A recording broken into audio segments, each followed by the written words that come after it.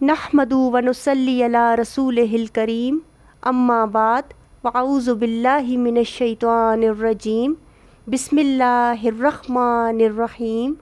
رب اشرح لی صدری ویسر لی امری واحلل عقدۃ من لسانی یفقہوا قولی۔ اللہم انی اسألک علما نافعا ورزقا طیبا وعملا متقبلا۔ سبحانک رب العزت عما یصفون وسلام علی المرسلین والحمد للہ رب العالمین۔ آپ کی ہوسٹ سائمہ عزیز آج ایک نئے ٹاپک کے ساتھ آپ کے سامنے حاضر ہے۔ میرا آج کا ٹاپک ہے نرم مزاجی۔ ہم سب مسلمان ہیں، الحمدللہ۔ ہمارا دین اسلام ہے۔ اسلام کیا ہے؟ اسلام کس چیز کو کہتے ہیں؟ کیا صرف چند احکامات کی ادائیگی یا کسی مخصوص شکل اور صورت یا حال حلیے کا نام ہے؟ اسلام دین کا نام ہے اور دین ہمارا اسلام ہے۔ زندگی گزارنے کا طریقہ ہے۔ یہ صرف ہماری ظاہری زندگی سے تعلق نہیں رکھتا، ہمارے دل کی دنیا اور ہمارے اندر ہماری عادات، ہمارے اخلاق، ہمارے معاملات، ان سب سے تعلق رکھتا ہے۔ عام طور پر ہم دین کا نام لیتے ہیں تو ہم چند احکامات کے بارے میں سوچتے ہیں، اور جب وہ ادا کر لیتے ہیں تو ہم اس خوش فہمی میں مبتلا ہو جاتے ہیں کہ ہم بہت اونچے درجے کے سچے مسلمان ہیں۔ جب بہت زیادہ توجہ دین کے ظاہری پہلوؤں پر ہونے لگتی ہے تو بعض اوقات اپنا آپ بھی فراموش ہونے لگتا ہے۔ یہ سوچنے کا موقع کم ہی ملتا ہے کہ ہمارے اندر کے حالات کے ساتھ کیا معاملات ہیں، ہمارے لوگوں کے ساتھ کیا معاملات ہیں، ہمارا اخلاق کیا ہے۔ اللہ تعالیٰ نے تو ہمیں دین اس لیے دیا تھا کہ ہم واقعی اندر سے بھی پرامن ہو، ہماری زبان بھی پرامن ہو اور ہمارے گھر بھی پرامن ہو۔ اور جب یہ دنیا پرامن ہو جائے تو دوسری دنیا پرامن ہو، یعنی آخرت ہماری پرامن ہو جائے۔ آخرت میں اللہ تعالیٰ نے 2 جگہیں رکھی ہیں، ایک کا نام جنت اور دوسری کا نام جہنم ہے۔ جنت اللہ تعالیٰ کا انعام ہے اور دوزخ جہنم اللہ تعالیٰ سے ملنے والی سزا ہے۔ جنت جو اللہ تعالیٰ کا انعام ہے بہت ہی خوبصورت، بلند ترین، نہایت عمدہ ٹھکانہ ہے، اور جہنم بہت برا اور دردناک ٹھکانہ ہے۔ جنت حاصل کرنے کے لیے ہمیں خود کو ان احکامات پر چلانا پڑتا ہے جو اللہ اور اس کے رسول صلی اللہ علیہ وآلہ وسلم نے بیان فرمائے ہیں۔ جب تک انسان ان احکامات کی پیروی نہیں کرتا وہ جنت کا اہل ہرگز نہیں ہو سکتا۔ اور اگر ہم اپنی کوتاہیوں پر خود نظر ہی نہ رکھیں گے تو کس طرح ہمیں غلطیوں کا احساس ہوگا اور ہم ان غلطیوں سے خود کو بچائیں گے اور ہمارے اعمال درست ہو پائیں گے۔ اور یہاں تو یہ حال ہے کہ انسان خود پر کی جانے والی تنقید کو سننا بھی برداشت نہیں کرتا۔ اگر کوئی جرت کر کے اچھی نصیحت کے طور پر کچھ تنقید بھی کر لے تو اس پر ہم آگ بگولا ہو جاتے ہیں، ناراض ہو جاتے ہیں۔ ہمارے اندر اتنا ظرف ہی نہیں کہ اپنی غلطیوں کو ہم مان کر انہیں درست کریں۔ پھر اس کا انجام آخرکار یہ ہوتا ہے کہ ہم دنیا میں بھی خسارہ اٹھانے والے بن جاتے ہیں اور آخرت تو سارے کا سارا خسارہ ہی ہے، کیونکہ اس دنیا میں تو کچھ بھی، دنیا میں کام آنے والی ساری چیزیں اس دنیا میں کچھ کام نہیں آئیں گی، وہ سب وہاں بے فائدہ ہو جائیں گی، چاہے شہرت، چاہے مال، چاہے دولت یا بیٹے یا اولاد، سب بے فائدہ ہو جائے گی۔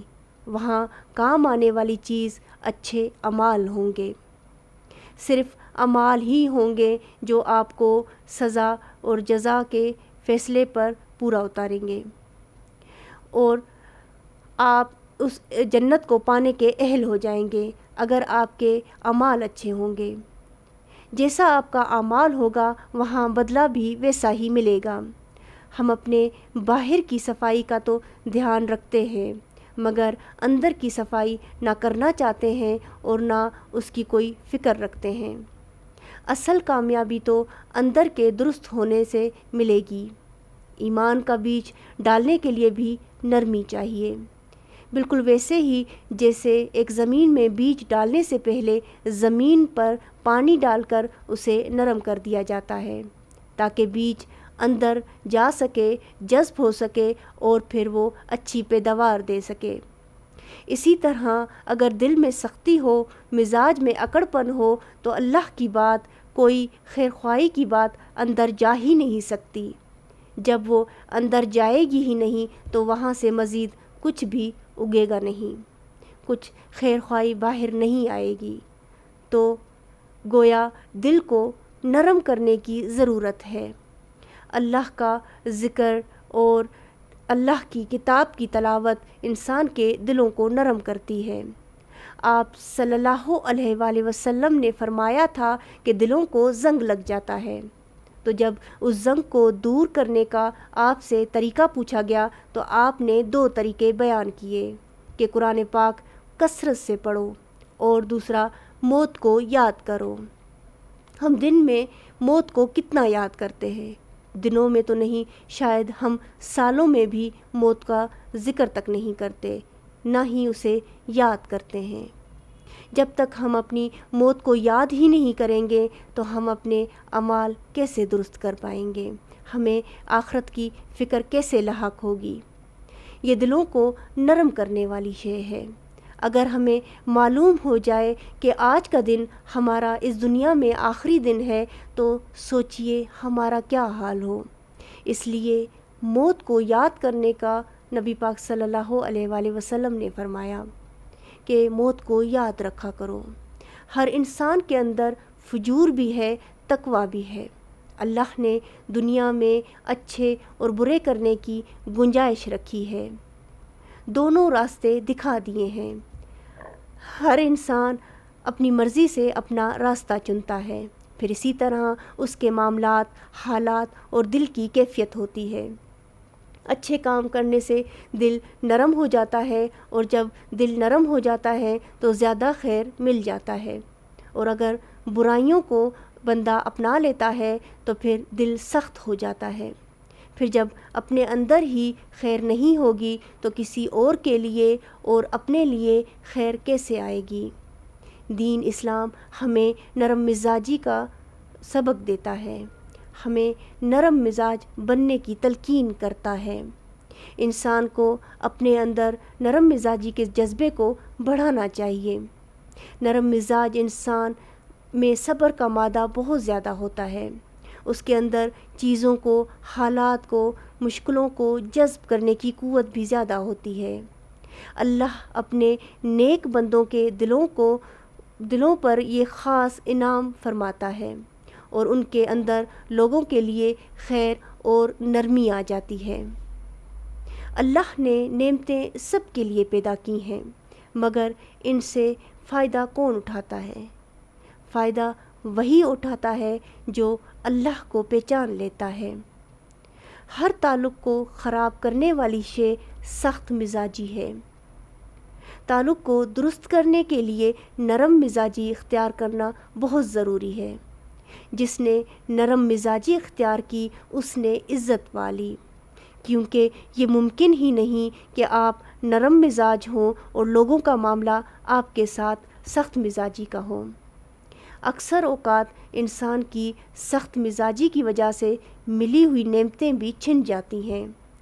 دلوں کو نرم کرتا ہے قرآن کریم، اللہ کا ذکر، نبی پاک صلی اللہ علیہ وآلہ وسلم کی احادیث، ان کی سچی کہانیاں، نبیوں کی کہانیاں، دین اسلام۔ نرم مزاج بندہ انسان کبھی بھی کسی کے ساتھ خرابی کا معاملہ نہیں کرتا۔ اللہ تعالیٰ خود بھی نرم ہے اور وہ پسند کرتا ہے کہ انسان نرم مزاج ہو۔ نرمی سے وہ سب مل جاتا ہے جو بعض اوقات سختی سے نہیں ملتا۔ اللہ نے ہر انسان کے اندر خیر کو رکھا ہے۔ مگر وہ محروم رہ گیا جس نے سخت مزاجی اپنا لی۔ آئیے ہم اپنا جائزہ لیں کہ ہمارے اندر اپنے اور دوسروں کے لیے کتنی خیر ہے اور کتنی وسعت ہے۔ سب تعریف اس رب کریم کی جس نے ہمیں اسلام جیسا آسان اور واضح دین عطا فرمایا۔ سبحان اللہ۔ اگر آپ کو میری باتیں سمجھ آ رہی ہیں اور ان کا آپ کے دل پر کچھ اثر ہو رہا ہے تو مجھے ضرور سپورٹ کریں، میرے چینل کو سبسکرائب کریں، لائک کریں، شیئر کریں۔ وآخر دعوانا والحمد للہ رب العالمین۔